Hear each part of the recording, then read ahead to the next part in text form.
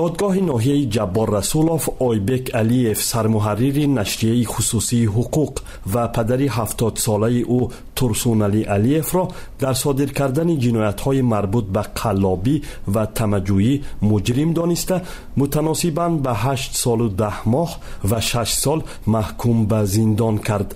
تحقیق دادگاه ثابت کرده است که پدر و پسر علیف ها با راه‌های قلابی و تمجویی مال و ملک و مبلغ‌های ده‌ها ساکن را از خود کردند. یکی از جبردیدگان اساسی در این قضیه حسین علیف برادر و عمکی پدر و پسر علیف ها است. با گفته منابع نزدیک به تفتیش پرونده علیف ها، آنها مبلغ ها و مالکیتی بیش از 30 ساکن ناحیه رسولوف را با راه های قلابی و تمجویی از خود کرده و آنها از 1000 تا 10,000 سامانی ضررهای مالی رسانیدند. نشریه حقوق را علیف ها سال 2012 به حیث نشریه جمهوریوی تأسیس دادند.